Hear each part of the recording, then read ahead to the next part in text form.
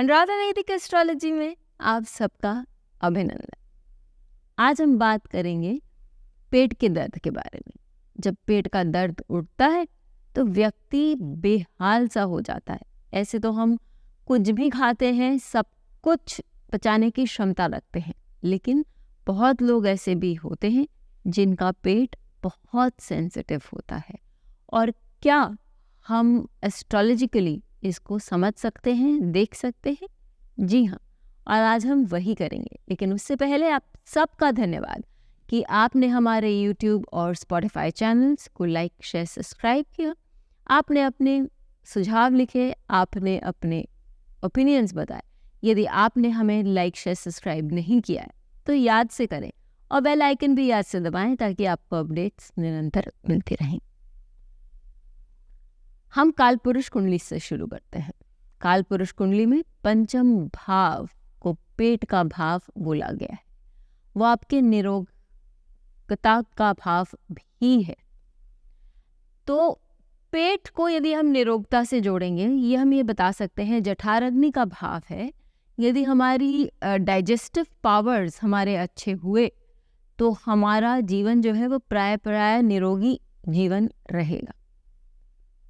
और यदि हमारे डाइजेस्टिव पावर्स स्ट्रांग नहीं हुए, चाहे वो एसिडिटी के कारण, चाहे वो वात पित्त कफ किसी भी कारण, तो व्यक्ति में एनर्जी नहीं रहेगी, वाइटैलिटी नहीं रहेगी और उसके लाइफ में प्रॉब्लम्स रहेंगे। ये हमने बहुत सारे चार्ट्स पर टेस्ट करके देखा है।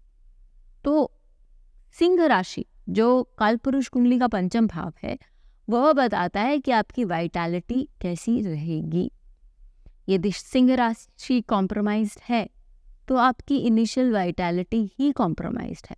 और सिंह राशि का स्वामी सूर्य यदि वो अच्छा है, वो उच्च के भाव में या शत्रु के भाव में नहीं होकर मित्र के भाव में बैठा हुआ है, दिग्बली है, तो ऐसी स्थिति में व्यक्ति की पाचन शक्ति, व्यक्ति का पेट, व्यक्ति की वाइटैलिटी, उसके अंदर की ऊर्जा वो बहुत स्ट्रांग है। काम करने से या किसी भी चीज़ से वो थकता नहीं है। अब हम बात करते हैं पंचम भाव। पंचम भाव, ये तो कालपुरुष कुंडली का हमने देखा, फिर हमें देखना पड़ेगा कि पंचम भाव और पंचम मेष वो भी बहुत सही होने चाहिए। इसका मैं आपको एक उदाहरण देती हूँ। तो उदाहरण के तौर पर मैंने ये जो कुंडली रखी है, यदि आप वहाँ देखेंगे तो आप देखेंगे कि सबसे पहले लग्न, सिंह लग्न की कुंडली और लग्न पर ही राहु है। इसका क्या मतलब हुआ कि वाइटैलिटी तो पहले ही कॉम्प्रोमाइज्ड है व्यक्ति की, और उसको राहु जो है ऐसी बीमारियां देता है जो डिटेक्ट नहीं होती या क्रोनिक होती हैं। तो ऐसा व्यक्ति जो है उसमें शारीरिक दुर्बलता या उसमें बहुत ज़्यादा सत नहीं हो पाएगा। क्यों? क्योंकि वो ऑलरेडी क्रोनिक इश्यूज से ग्रस्त है या ऐसे बीमारियों से ग्रस्त है जिनका कोई इलाज नहीं मिल पा रहा।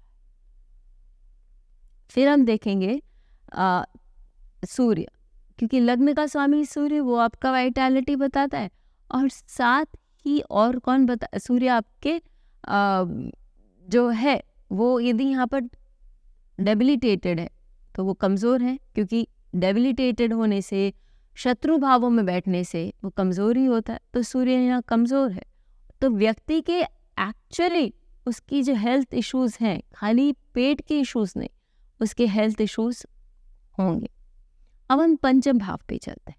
आप यदि देखें कि पंचम भाव पर 2 से अधिक मैलेफिक, अशुभ ग्रहों या हम कहें क्रूर ग्रहों की छाया है तो डेफिनेटली प्रॉब्लम होगा। क्योंकि ये फल दीपिका और बाकी सारे जो क्लासिक्स हैं वो एक बात पे सहमत है कि यदि किसी भी ग्रह, किसी भी भाव पर, किसी भी ग्रह पर 2 से अधिक क्रूर ग्रहों की छाया हो तो व्यक्ति का वो भाव या वो ग्रह पीड़ित होता है और जो फल उसको देने चाहिए वो नहीं दे पाता, वो बुरी तरह से पीड़ित है।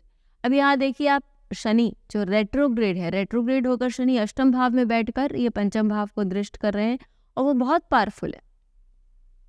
वो शनि और राहु लग्न से पंचम भाव को देख रहे हैं। अब आप देखिए मंगल यहाँ बैठे हुए, तो तीन तीन क्रूर ग्रह की छाया या का प्रभाव पंचम भाव पर। यही नहीं, पंचम भाव का स्वामी गुरु वो षष्टम भाव जो रोग रिपु ऋण का भाव है वहां जाकर बैठे और वो नीच के हैं। तो पंचम भाव थरली कॉम्प्रोमाइज्ड है, क्योंकि पंचम भाव और पंचमेश ये दोनों कॉम्प्रोमाइज्ड। इसलिए हम कह सकते हैं कि इस व्यक्ति को स्टमक एलिमेंट्स या इसकी जो ऊर्जा है वो सही नहीं होगी। ये विपरीत राजयोग भी बना रहा है। पैसे के दृष्टिकोण से, लक के दृष्टिकोण से इस व्यक्ति के पास कमी नहीं होगी, और जब ये जन्मेगा तो भी कोई प्रॉब्लम नहीं होगी, क्योंकि इसके 6, 8, 12 ये जो स्वामी है वो रिलेटेड भी है, एक दूसरे के भाव से भी रिलेटेड है और एक दूसरे के साथ भी रिलेटेड है।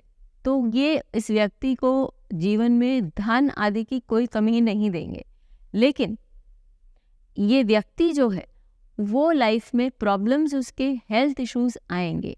आप देखिए षष्टमेश और अष्टमेश इनका भी भाव परिवर्तन है, और द्वादशेश भी षष्टमेश के साथ अष्टम भाव में विद्यमान है, और षष्टमेश शनि अष्टम भाव में वक्री होके बैठे, अर्थात कहते हैं कि इनका वाइटल इश्यूज या हेल्थ इश्यूज क्रोनिक होंगे, लंबे अंतराल तक चलने वाले होंगे। इस तरह से यदि हमारे पास ऐसी कोई कुंडली आती है तो हम विश्लेषण करके बता सकते हैं कि हाँ, व्यक्ति का कौन सा अंग, कौन सा प्रॉब्लमैटिक जोन है। यदि आपके पास भी ऐसी कोई कुंडली हो और आपके पास भी कोई टेक्निकल क्वेश्चंस हो तो हमें ज़रूर लिखकर बताइए। हम जितना होगा उतनी कोशिश करेंगे कि हम आपको उसका जवाब दे सकें। फिर मिलेंगे, तब तक के लिए धन्यवाद। बेल आइकन को दबाएं ताकि आपको वीडियोस की अपडेट मिलती रहे। हमारे वीडियोस को लाइक करें, शेयर करें, उन पर कमेंट करें और हमारे चैनल को सब्सक्राइब करना न भूलें।